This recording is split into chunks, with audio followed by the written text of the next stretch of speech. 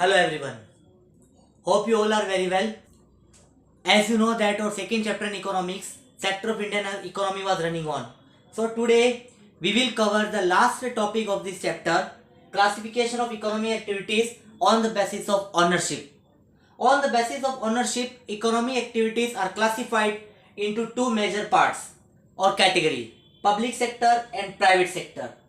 As the name suggests, let's start about the public sector. Simple, very simple. All units which are under the direct control and management of government.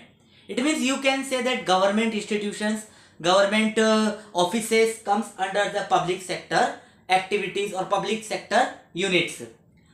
Second point, the prime objective of public sector units is to welfare of people. Public sector doesn't worry about the profit ratio. It means that whatever service they are providing, just keeping in the mind for people welfare, for public welfare. It means that whenever you are taking service from public sector, then a nominal charges is taken from you. Why? Because to maintain the public sector expenditure. Otherwise, public sector doesn't care about the profit. Next, if we study about the private sector. Simple. All units which are under the direct control and management of individual or group of individual means private sector. It is very simple topic. No need to take worry about that. Private sector means all the units which are under the control of individual or group of individual. Second point, private sector established to keeping in the mind for profit ratio. It means the prime objective of private sector units is to earn maximum profit. Maximum profit. But one more point is very important. Private sector doesn't compromise with the quality of service.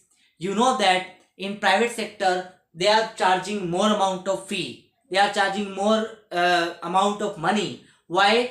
To keep the standard of quality service. With a very simple example we can understand.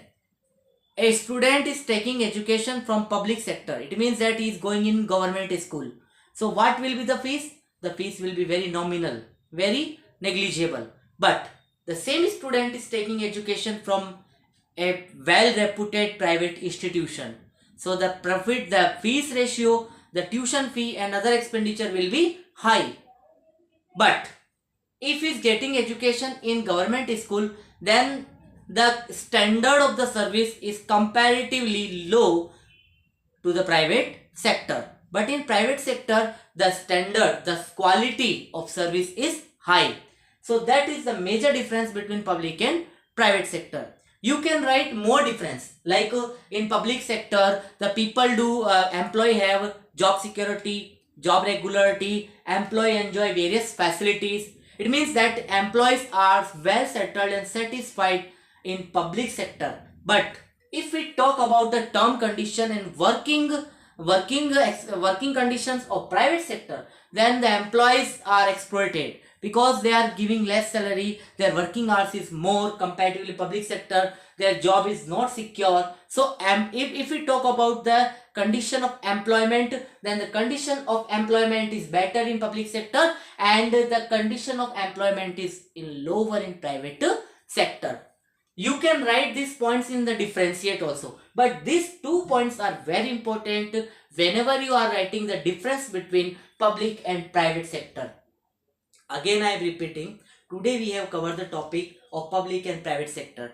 Public sector which are under the direct control and management of government. No need to write any difficult language. You should write in very simple language which can be easily understandable. Next point is that the prime objective of public sector is to welfare the people. Means they don't care about the profit ratio.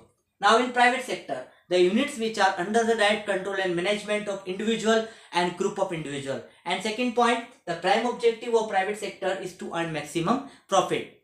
Many more difference you can write that in public sector, the quality of service is low compared with private sector, but the charges is minimal. It means that the charges is very low in public sector. While in private sector, the charges or fee is high comparatively public sector, but they provide quality service, means the standard of quality service is maintained in private sector. This is all about, if we talk the example of public sector, then railway, government schools, government hospitals are example of public sector, and private sector, Reliance, many more companies you can write in the private sector, which is owned by a person.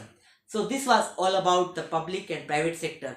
This was the last topic of this chapter. Now in next lecture, as the student demand, I will teach geography chapter 4, agriculture. Agriculture is very interesting and simple chapter. So please be with me. Thank you for joining.